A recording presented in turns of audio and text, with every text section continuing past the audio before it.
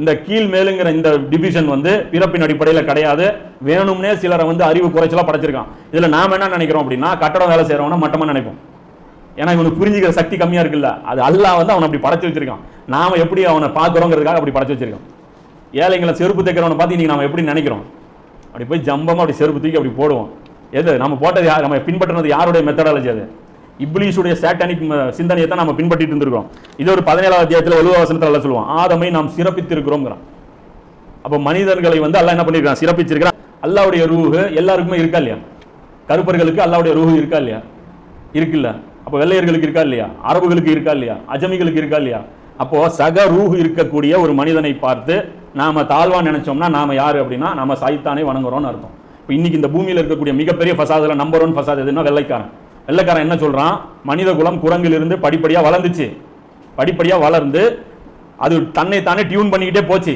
First கருப்பனா இருந்துச்சு, நீக்ரோவா இருந்துச்சு, அதுக்கப்புறம் மாநிலமா வந்துச்சு, அங்க இருந்து அப்டேட் ஆகி இன்னைக்கு நாங்க ஆயிட்டோம்.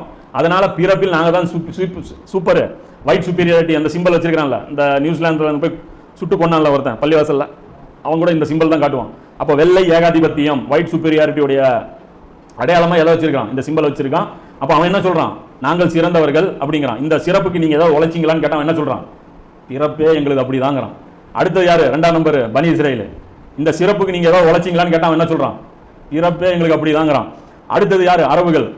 எப்பா நாங்க ஒரு ஓரமா வந்து குடிசை போட்டு வாழ்ந்துக்கிறோங்கிறோம். அரபுகள் என்ன சொல்றாங்க, இன்னைக்கு இங்க வாழணும் அப்படின்னா எங்களுக்கு நீங்க பிறந்திருக்கணுங்கிறான். இங்க வாழ்றதுக்கு உங்களுக்கு என்னப்பா அப்படி ஒரு பாக்கியம் கிடைச்சிருச்சுன்னு கேட்டா என்னங்கிறான், பிறப்பே எங்களுக்கு அப்படிங்கிறான். ஐயர்கள் இருக்கிறாங்க, அவங்க உங்களை விட நாங்க சிறந்தவர்கள், நீங்க தண்ணி கொடுத்தா நாங்க குடிக்க மாட்டோங்கிறான்.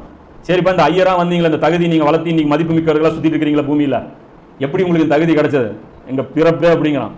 இந்தியர்கள் கேட்கிறான், எப்படா இந்தியாவில் வாழ்றதுக்கு உங்களுக்கு தகுதி உங்களுக்கு மட்டும் கிடைச்சதுன்னு கேட்டா என்ன சொல்றான், பிறப்பே எங்களுக்கு அப்படிங்கிறான். நாங்க தமிழர்கள் நாங்க தான் ஆள்வோங்கிறான். இங்க குரூப் நிறைய பேர், எப்படா இந்த தமிழர்கள் இந்த தகுதி உங்களுக்கு கிடைச்சதுன்னு என்ன சொல்றான், பிறப்பே அப்படிங்கிறான். அசுரன் படத்துல என்ன பண்றான், இப்போ சமீபத்தில் பயங்கர சென்சேஷன், செப்பல் போட்டு 3 ஸ்கூல் பொண்ணுங்க போயிடும், செருப்புல அடிச்சு அடிச்சு அடிச்சு அந்த பொண்ணுங்களை எங்களுக்கு நிகரா செருப்பு போடுறதுக்கு நீங்க தகுதி அடைஞ்சிருவீங்களா அப்படின்னு சொல்லி போட்டு அடிப்பான். செருப்பு போடுற தகுதி இவங்களுக்கு இல்ல, இவங்களுக்கு எப்படி செருப்பு போடுற தகுதி வந்துச்சு, எங்க பிறப்பே அப்படி. புரியுதா? ஒவ்வொரு ஜாதியும் ஒவ்வொரு மொழியும் ஒவ்வொரு இவர்களும் சிறப்பில் இருக்காங்களா. இனி முஸ்லீம் சமுதாயம் ஏண்டா மறுமையில உனக்கு மட்டும் எப்படா பரிந்துரை கிடைக்குங்கிறான், எங்க பிறப்பே அப்படி. ஏன்னா நாங்க ரசூலோட உம்மத்துல பிறந்திருக்கோங்கிறான். இப்ப எது சைத்தானுடைய அடிச்சோட இல்லையா, அது புரியுதா இல்லையா? அப்ப எந்த கல்ச்சர், சாட்டனிக் கல்ச்சர் நம்ம ஃபாலோ பண்ணிட்டு இருக்கிறோம். எல்லாம் சொல்றான் சைத்தானுடைய அடிச்சோட பின்பற்றாதீங்க.